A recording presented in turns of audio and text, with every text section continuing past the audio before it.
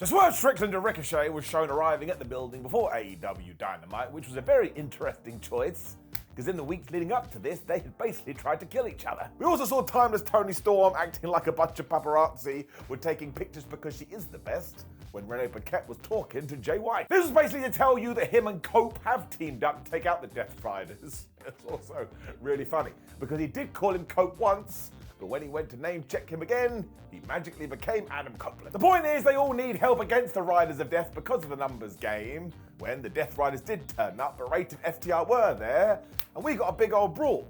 But I tell you, at one point, Marina Shafir kidnapped Renee Paquette. For like 20 minutes, we had no idea if she was okay, so technically that's a crime. Put it on the crime counter. You can't pick up the interviewer and run off with them. It was really cool though, because it was kind of like Cope and FTR watch on like Batman, and eventually they did brawl to the ring. And of course, Wheeler Yuta got hit with the Blade Runner. That guy has no luck. Pac then got Shattered Machine, so Claudio grabbed Dax Harwood and just swung him right into Barry Barricade. That's why I'm wearing this top today, ProWrestlingTees.com/Simon Miller. Poor Barry had a terrible evening. Rated R Superstar was then going to spear John Moxley, but Claudio took the bullet for him. That's a friend, man. So if you have been booing the Riders of Death, think again. This allowed everybody to stare at each other, because that's what you do in professional wrestling when you want to make sure that it is super serious. When Adam Copeland got the mic and said, "Moxley, we should have a fight," Mox just went, "Nah, I don't want to do it." When Jay White was like, "Well, we are going to Australia, mate. Why don't you team up with that there Claudio Castagnoli and we can do a tag team match?" I don't know what happened to his accent. It also means it's going to be Cam versus Core when we do abbreviate those names. And you do have to give it an up, because what a bing bang wallop start to AEW Dynamite. To the point, hello, welcome to my show, Ups and Downs, which is where we review professional wrestling, and I watch all of it, so you don't have to. And then we can just calm down. Let's up those down. I would imagine too, either Jay White or Cope does indeed pin John Moxley in that tag team match. Then we can go on and we can do some World Championship matches too. And at AEW Revolution, it's probably going to be Cope versus Mox. Now I do hope at some point the Death Riders story just changes a little bit, so it becomes a bit more digestible. When we did get reminded of what happened at Collision, and it was genuinely this. Buddy Matthews walked up to Okada and said, "All right, mate, I'd like to take you on for the Continental title." And Okada went, "No." So Buddy Matthews went, "Oh, by the way, mate, you're a bitch." And Okada was like, "Nobody calls me a bitch." And now we're having that match at Grand Slam. And now look, this match is absolutely going to Raw, and it's awesome for Buddy because he is from Australia. It's going to be a hometown hero. It is just a shame that we did hit fast forward on this one though, because it's Buddy Matthews versus Okada. I just think we could have drawn it out and told a wonderful story. So I'm just going to give it a little bit of a down. Like, I'm pleased I get the fight.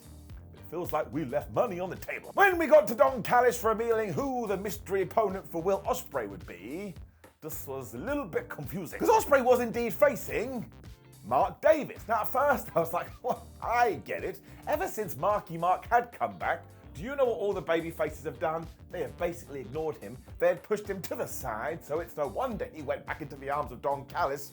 He just wants to be loved. Turns out I'm totally wrong, because Don Callis then told us, and I'll try and get this right, when Mark Davis was in the hospital, Carl Fletcher signed up with the Don Callis family as Aussie Open and also gave him power of attorney, meaning when Mark was out of the local medical facility, he had no choice. That's when my nerd hand went up and I was like, but wait a minute, when he first returned, he beat up the Don Callis family for weeks. Why didn't Don just get the legal paper out and be like, excuse me, you're gonna go to jail? I mean, we could have even put it on the crime counter. I also don't actually think that Mark looked that bothered that he did have to beat up Will Ospreay. Like at one point he flattened him, he was going, yeah, while the commentator's telling us, man, he really doesn't want to do it.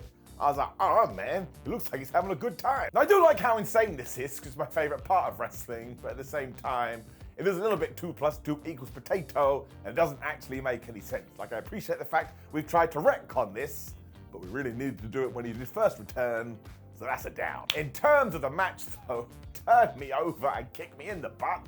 This ruled. Ospreay tried to use his speed, but Mark was just too powerful. When he was trying to throw him around, Ospreay came back with the pip cheerio, and all of a sudden he got killed with the German suplex, and I was like, oh, here we go. Will has diving skills though, so he was able to hit the crossbody to the outside, and he got the Oz cutter. 1-2-0. Ospreay then tried for the hidden blade, but Mark Davis took his head, maybe literally off, with a lariat. when he hit the craziest power driver you've ever seen. Now, I don't want to be that guy, because we see them on social media all the time, and my gosh, they're exhausting. But in the future, sure, yeah, I get it. If he is going to hit that again, it should probably be the finish. Mark was so damn angry, he started to rip away at Tina the turnbuckle. The referee was like, I'm right here, you moron, I can see you doing it. And that basically caused the distraction, meaning Mark distracted himself. Well, Ospreay came flying in with the hidden blade. 1, 2, 3. We'll go on the mic afterwards and introduce his brand new best friend, which was Kenny Omega. And Kenny even took the microphone and said, listen, Mr. Mark Davis, I don't know what you're going through, but clearly you hadn't been watching the show, but there's always a place for you with the good guys, and we'll protect you. So I presume this is going to go somewhere. Takeshita and Fletcher then walked out, but Don actually told them, no, don't do anything here. And I, for one, appreciated this. We have seen way too many babyface beatdowns recently. Omega then promised to bring back the feeling from 2019 to 2023. While that means absolutely nothing if you don't know what he's talking about, if you aren't AEW hardcore, that's what you're dreaming about. It just means that Grand Slam, Ospreay and Kenny Omega are going to win when he did his goodbye and goodnight line. And a bunch of pyro went off. I don't think Ken was expecting this. He looked genuinely surprised. So aside from some mad logic, all of this was good. Like, the match absolutely ruled, and the fact we are going to get this tag team match soon, I tell you, if you're into Match of the Year's candidates, that one should be on your ballot paper. There's no way it's not going to be awesome. We then got this brilliant video recapping everything between the Swerve, Strickland and Ricochet feud, because they are going to be in the main event. And I am just going to tell you straight down this camera, I think this feud has been awesome. When we also got our big Hurt Syndicate, we are now the tag team champions segment. I told you this last week. I really needed it. I have problems. MVP just put over huge how great Shelton Benjamin and Bobby Lashley were, and all the crowd were like they are great. When Umvut was like, listen, we better leave. We got to get a private jet to the Super Bowl. They're so cool. Also, what the hell is a Super Bowl? MVP also made sure to put over Private Party saying, look, you are a good team, but you were just in the wrong place at the wrong time. And somebody was always going to interrupt here, and can you believe it? It was the Flubbing Guns. Now, Austin and Colton made it very clear that they just heard MVP said none of this is personal and it's what business is all about, when they were like, well, we have company and we want to cash in our checks. Or something. MVP went after them instantly because he was like, listen, you can come to the ring, but by the way, you're not dressed for business, you're like a couple of goobers. Then Austin and Colton made a great point. He was like, all right, fine, let's just forget about that. We lost our tag team title 2 years ago, and we never got a flubbing rematch. MVP then made it very clear the only reason you're not dead is because we respect your father. And imagine he had to use Billy Gunn's current name. He would have gone, the only reason you're still standing is because of daddy ass. If you had never watched wrestling before, you would have gone, right, that's enough of that. Let's never watch it again. The trio then walked off as the Guns did their guns up line. And I tell you, not only were they super over, but I explored my feelings and I realized this is absolutely a match I want to see. My only worry is the Guns may get destroyed here and we don't want that. But if there is a good idea in somebody's head, well, this is getting an up because it did what a lot of segments on this AEW did. It made me want to see the match. When, phew, we learned that Renee Paquette was alright. Because she was standing outside Mercedes Monet's locker room when the Mercedes Monet puppet just happened to pop into frame. This is what Harley Cameron is doing now. And trust me, it's very, very funny. Harley also promised that she was going to do a concert this weekend on Collision because she knows the deal. And listen, because we were doing this outside Mercedes' locker room, eventually she walked in. She didn't want to know if Cameron was stupid or dumb, although well done, Harley Cameron, because you did win your first match last week. Aren't you just a wonderful wrestler? He then ripped the puppet out of Harley's hands, which seemed very, very mean, if I don't say so myself. And honestly, once Renee had left, Harley Cameron pretended she was going to flip her off when Renee grabbed her finger. These two are absolute comedy gold. So of course they will fight a Grand Slam and Mercedes will win, but it doesn't matter because Harley Cameron improves every single week. Eventually, I'll tell you, my friends, she is going to become a champion and we're all going to do a big pop. Also, who even cares? We watch this to be entertained. Renee was also super busy here, probably because she had almost been kidnapped, so she just wanted to get her job done. Because she found Hangman Adam Page and she was all like, oh, hi, Mr. Cowboy. Last week it looked like you really wanted to talk to Swerve Strickland. Page made it clear, no, that was just a minor weakness, but I'm over it. And also, if anybody cares, I'm not bothered that I retired Christopher Daniels. In fact, I don't think about it when I'm asleep at all. I think he may regret it. The camera then panned to Max Caster, who was off in the corner, because he was like, man, can we wrap this guy up? It's meant to be my promo time now. Adam then got really mad, but Max was like, listen, you have a lot of rage, so I've got a great idea. Why don't you try and murder either Anthony Bowens or Billy Gunn? I think you'd be really good at it. So I do have to say this. Ever since the Acclaim broke up, Max cast the position as basically an absolute idiot. Well, it's terrific, and more power to that guy. I find him very amusing. Caster then tried to leave, but it wasn't too late because Hangman Adam Page had decided, you're right, I do need to do some death, and I choose you. That did not work out well at all. Before we do get to more of that though, it was Kyle Fletcher and Takeshita taking on the Hounds of Hell. And I went through two very specific emotions here. Because I totally understand why we did do it. You need to give Takeshita and Fletcher all the wins before Grand Slam. But I was just so damn sad that we picked Buddy Matthews and Brody King. Because they've only just hit the reset button. If you want to talk about coolness, they may be the most cool people on the planet. So I just don't think it was the right move, or maybe going back to what was talked about earlier, it was the wrong place at the wrong time. So I am going to give it a down. This is probably very personal to me, and I can't help how I feel. Look at me, I'm an idiot. Otherwise though, who even cares, man? This did start off with Fletcher versus Buddy, the two Australians, and we probably have to do this feud at some point. They went at 100 miles an hour, and it was bloody great. Takeshita soon tagged in, so of course we got the big man meet stuff between him and Brody King, which is why I'm wearing this t-shirt, because Brody squished them up against Barry Barricade when he squashed them. Brody has been doing this since the dawn of time, and if Baz did have one mortal enemy, well, it would be Brody King. Much like He-Man, he always wins. Takeshita and Fletcher then realised, oh my gosh, we're going to have to push our power rings together to stop this mountain of a man. And that worked for a while, even when he tried to tag in Buddy. Well, essentially, Matthews got kicked right in the face. Takeshita also hit this great stalling suplex, but Brody was like, I don't care about that. And he went for the Gonzo bomb. That didn't work either. Essentially, they used all of their strength to take each other out when Fletcher and Buddy did tag back in. And they just went at it again. So a round of applause for all these four guys. They should dance forever. But they're all basically on drugs at this point. They were moving so fast, and when Matthews missed the stomp, all of a sudden he got half and half suplex. And just when Buddy was able to knee him in the face and was climbing to the top rope, we heard the coin drop, and here was Flubber Nakada. What is going on? Matthews refused to be distracted though, and even got the tag to Brody King, who was killing people with cannonballs. And even then, we were still getting 1-2 oohs. Nakada was basically just like hanging out on the outside. Takeshita kept making the save as well, as more people got held into Barry Barricade. And I was getting very worried because nobody seemed to care. When Brody found himself in the worst position, and he essentially got hit with every move under the sun. And even though Buddy tried to make the save, Kyle Fletcher grabbed his foot. Takeshita got the 1-2-3. This was absolutely tremendous and a wonderful window into what the AEW tag team division could become again. And sure, I'm sad the Hounds of Hell didn't win, but surely this is going to tell people we need to push these guys. You should find 10 to 15 minutes today to watch it. It's excellent. Samoa Joe and Hook were then marching around backstage. You got to do something. Now it made sense because Joe had been laid out on Collision and they were about to rush into the Patriarchy's locker room, where it was basically Hook giving Samoa Joe advice. The trainee has become the trainer. Now they smashed into the locker room and absolutely murdered Kip Sabian and Nick Wayne. Well, this was Nick Wayne's fault. He got right in their face. That is like going up to a brick wall and punching it and going, why did it hurt my hand? The absolute highlight though was after Joe and Hook had killed these guys, Christian Cage, along with Mother Wayne, appeared from behind the door, and we're all like, oh, I don't understand what happened here. Of course, he saw the whole thing, he was being a giant coward, and he is the best asshole on the planet. Now, yes, we do need to get this feud sorted sooner or later, because it's been going on for about 72 years. But I tell you this, my friends, ever since Samoa Joe has been inserted back into the mix, well, all the percentages have gone up. MJF then came to the ring and he said, oh man, Jeff Jarrett is a geriatric. And by the way, it's all elite wrestling and not all elderly wrestling. So there you go. Now Max made it clear he wanted to go after the world title, but he wasn't able to get his catchphrases out because all of a sudden Max Caster ran into the ring. It's a bit like, what on earth are you doing? Now, this was excellent because he was running away from Hangman Adam Page and his music even hit.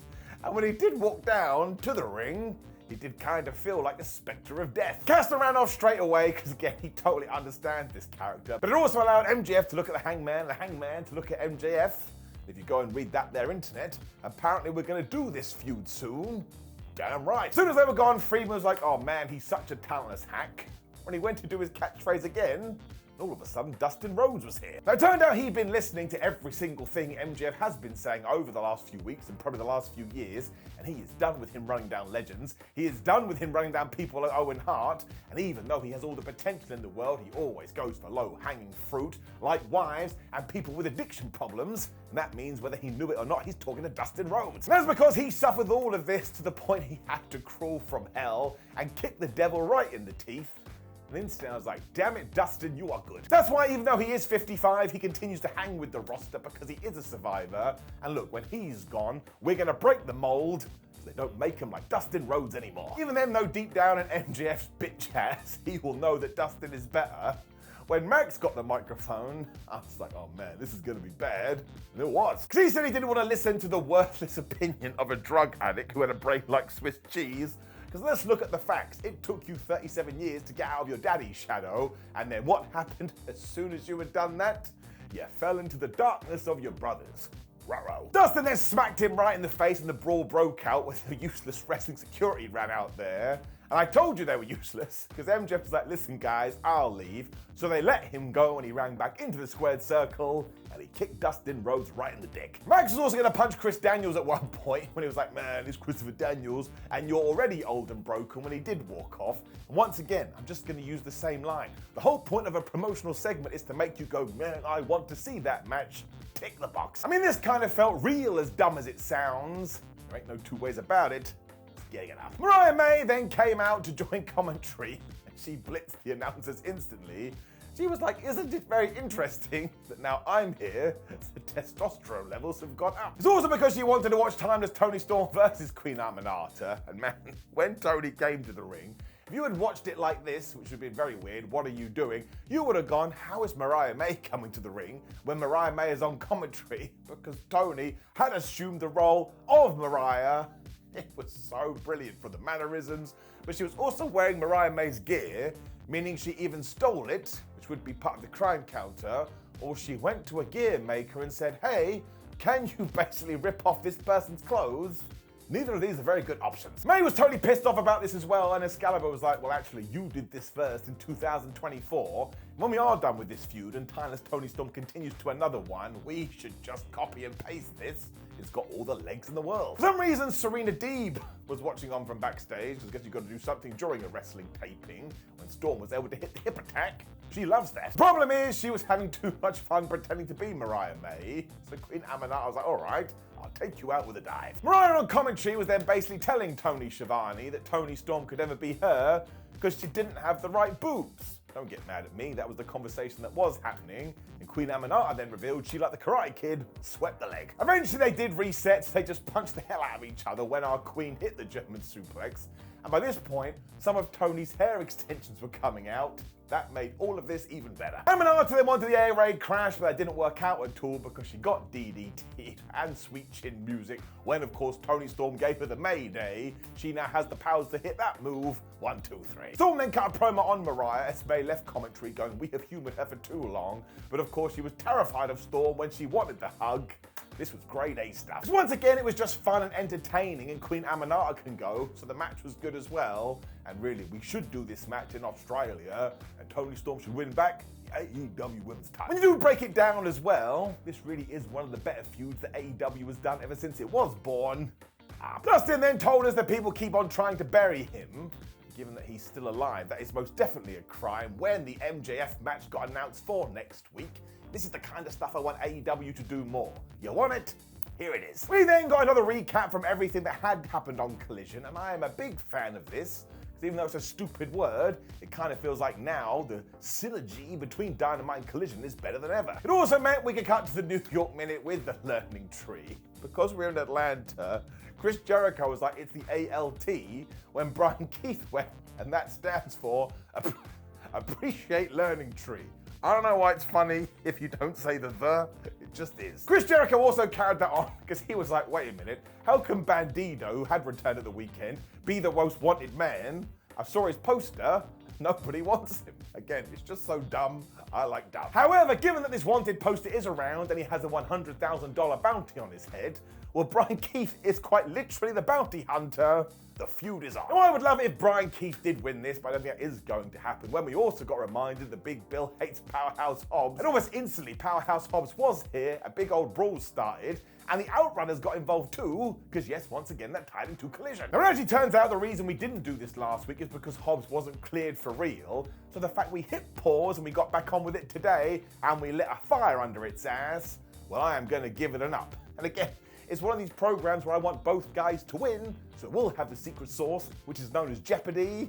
This was really good too. When we got to a great main event that obviously was coming off the back of an excellent feud, it was Swerve Strickland versus Ricochet, and I tell you this, I dug the finish. Now during Swerve Strickland's entrance, Rick just smacked him with a chair, and he absolutely walloped him with this thing, and once again that ties into his character. Ricky is a little bit of a psychopath. Strickland is the same though, so he slapped Ricochet, who instantly hit the vertigo.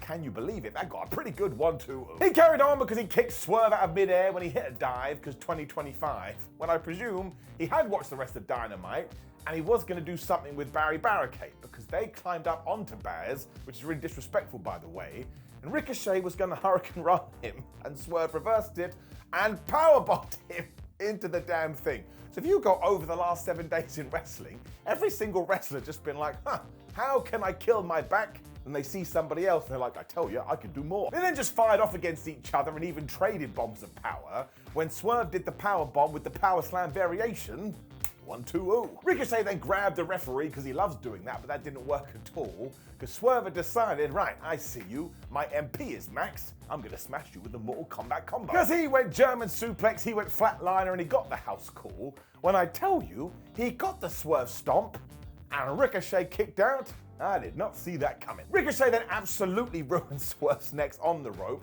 when he got a damn suplex on the ring apron, which is the hardest part of the ring, when he was able to hit a 450 and Swerve kicked out, so Ricochet hit the shooting star press and Swerve kicked out. I was like, man, we are not in Toto anymore, Kansas. He then tried for the spirit gun, but somehow Swerve booted him out of midair when, like I said, we got to what I thought was a great ending, because Strickland went for another Swerve stomp. When he was coming down, Ricochet essentially went, and he got scared, but where he put his hands, he had essentially formed a fist, so when Swerve came down, I guess this is physics, Ricochet hit him right in the penis. So we really have to do a VAR call here and go and look at the rules, but the referee couldn't really do anything.